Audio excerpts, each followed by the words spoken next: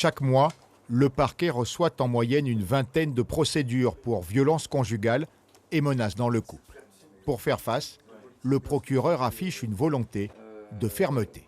Une mesure phare, c'est celle du déferrement, qui est prise en charge par ma permanence parquet, et avec des mesures soit d'éloignement du conjoint violent, soit des mesures d'interdiction de contact avec la victime, ou soit, dans certaines situations, des convocations en justice à date plus ou moins rapprochée, dès lors qu'on est sûr que la victime de violence conjugale ne se trouve pas en situation de danger.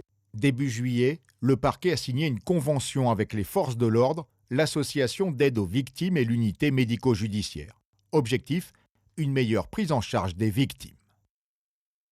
Chacun, dans sa sphère de compétences, doit faire, l'effort, quand il est en position d'accueil d'une victime de violence conjugale, doit faire l'effort de prendre les mesures pour diagnostiquer exactement la situation à laquelle la victime de violence conjugale est confrontée et faire en sorte que ce diagnostic permette de sortir du flot des plaintes pour violence conjugale les personnes qui sont en situation de danger grave et imminent.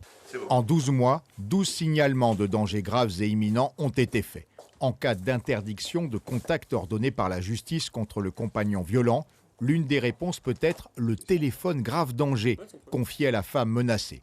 3 pressions sur ce bouton et un centre d'appel d'urgence est activé. Une fois que le danger est avéré, que la personne décroche ou même si elle ne décroche pas, il y a toutes sortes de protocoles qui existent.